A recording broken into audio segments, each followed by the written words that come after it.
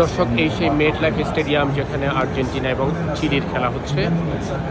এই স্টেডিয়ামে বিশ্বকাপের ফাইনাল খেলা অনুষ্ঠিত হবে। আজকে আর্জেন্টিনা এবং চিলির খেলা। বিপুল সংখ্যক দর্শক উপভোগ করছেন। মাঠের বাইরে হাজারো আর্জেন্টাইন সমর্থক, চিলির সমর্থক রয়েছেন। তারা অপেক্ষা করছেন, বড় পর্দায় তারা মাঠের বাইরে খেলা দেখছেন। দুই দলের সমর্থন জানাচ্ছেন, উচ্ছ্বাস করছেন, উৎসবে মেতেছেন। হাজার হাজার সমর্থক রয়েছেন এখানে।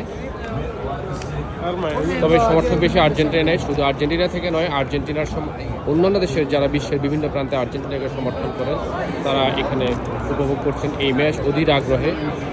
প্রিয় দলের জয়ের জন্য অপেক্ষা করছেন। লাল যারা আছেন নিঃসন্দেহে বুঝতে পারছেন যে চিলির দর্শক, বাট দর্শক বেশি রয়েছে আর্জেন্টিনা।